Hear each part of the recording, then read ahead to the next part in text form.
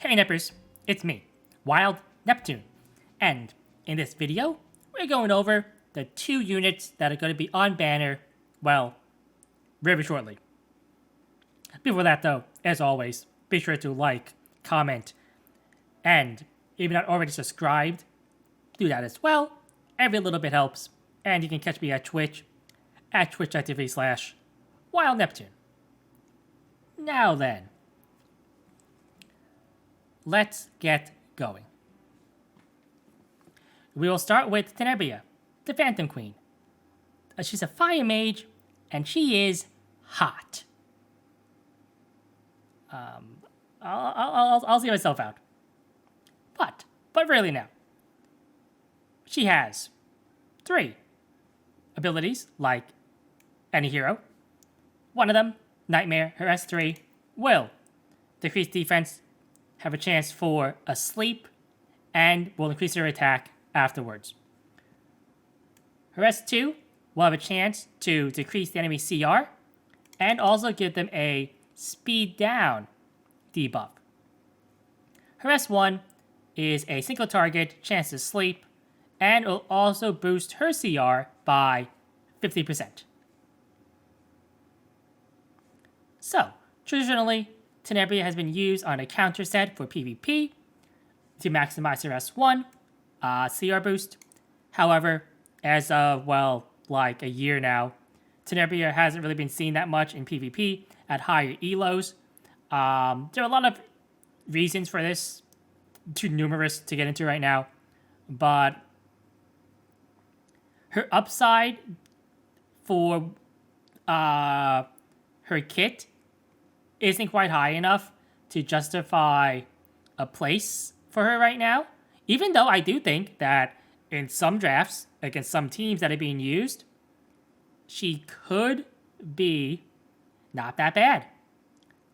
However, am I willing to test that out myself? No. Because I honestly don't have Tenebria myself mola'd to an extent where I would be willing to take that risk.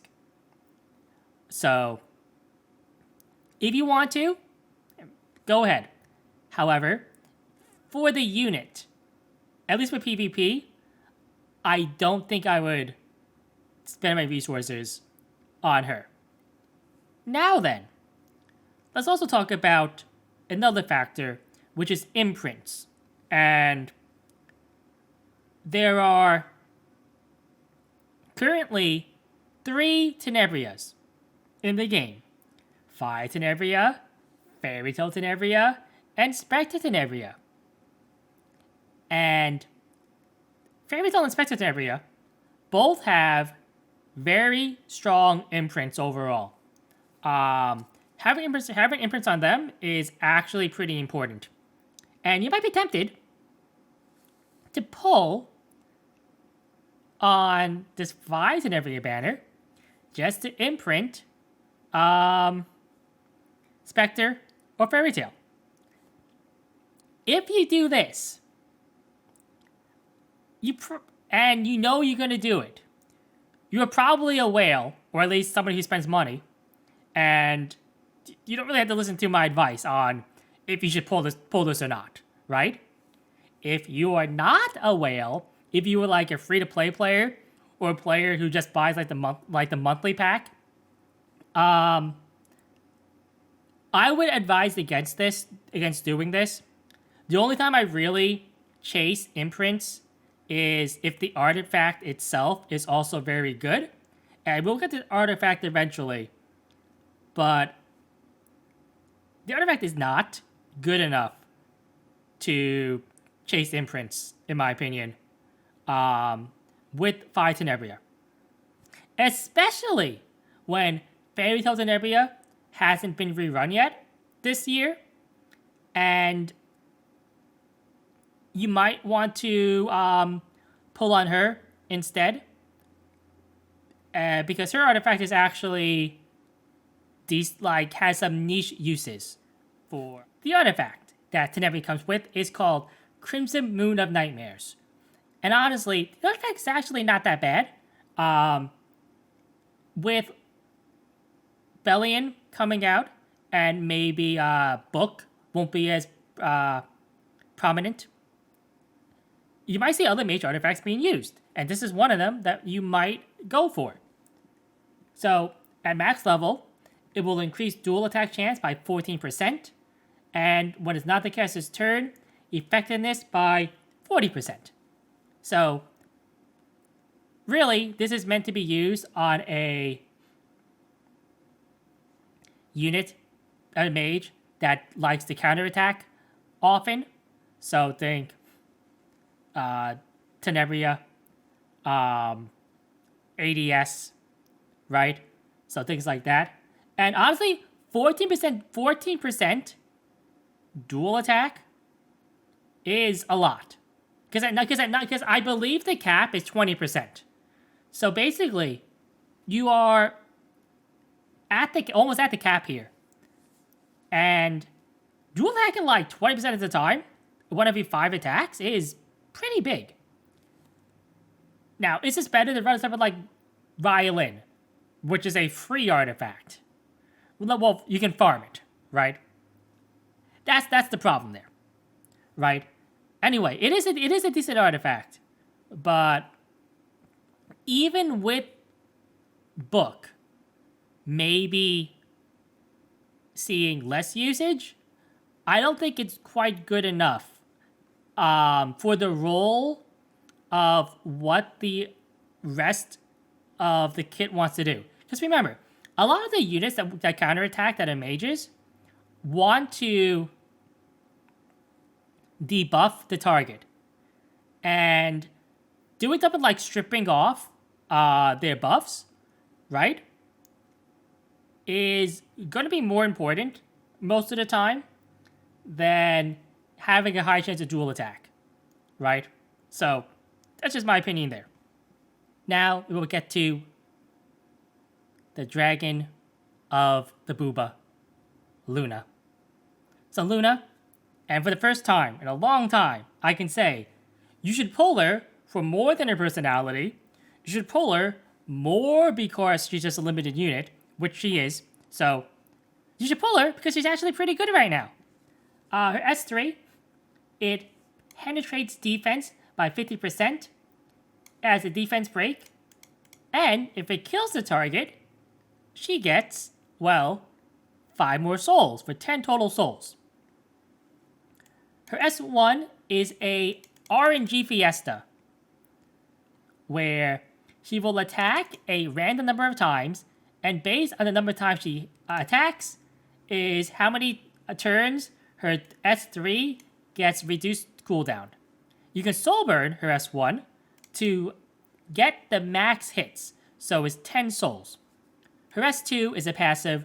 It will passively increase her crit chance and crit resistance by 20%, her attack by 20% if she's over 50% health, and her defense by 20% if she's below 50% health, right? So for max damage, you want to make sure that she is at fresh and healthy. I mean, she's looking pretty healthy to me. So Luna is a unit I actually have built, so we'll take a look at mine. So this is my Luna, and see your stats right here. And I'll be honest, I've been testing this build out a little bit. I'm not the biggest fan of it.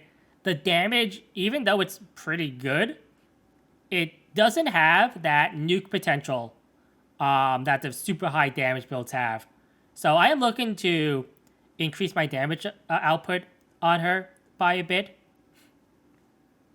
Now, there are cases where this build is going to turn out to be better, but I think most of the times, if you draft her, you are expecting her to erase a target, right? So that's why I think having the aggressive, 4K, 300 crit damage, maybe on even penetration set, right, is overall the better play.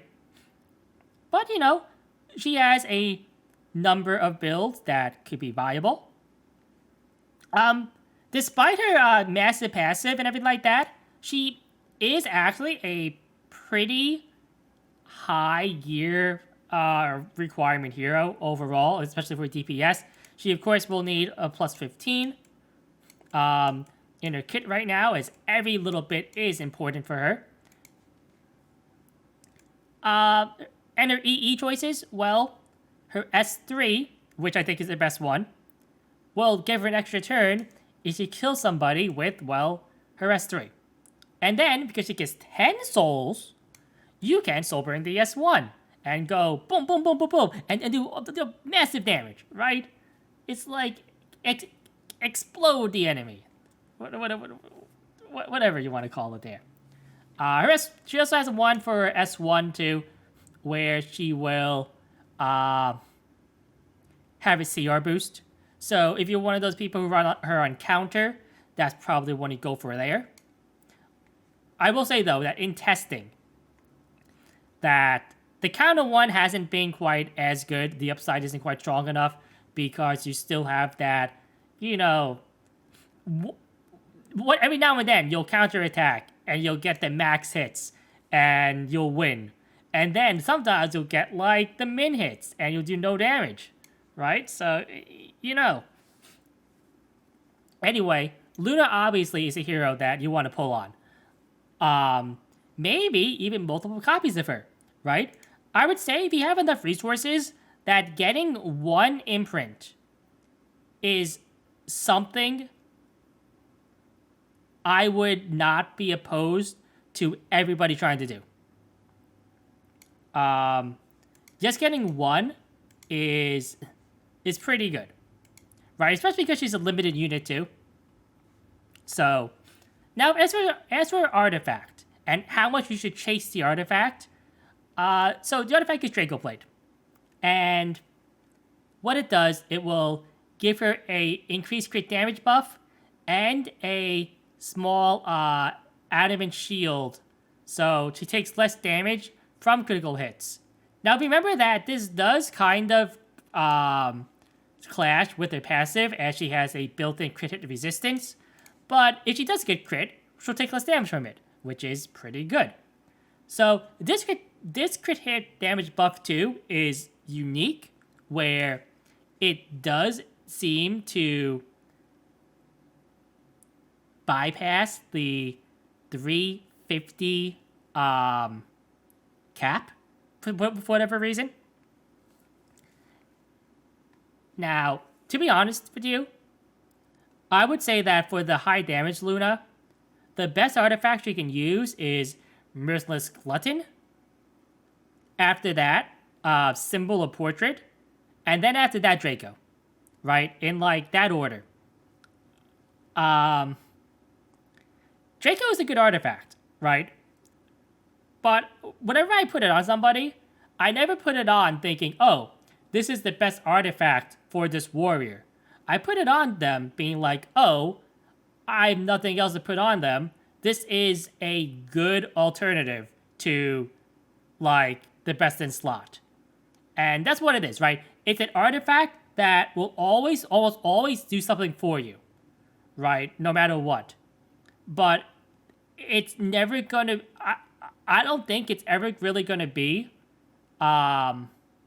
except maybe, like, very niche cases, the best artifact for said warrior. Especially when a lot of warriors now, their roles are very specialized, or the way they could work is specialized.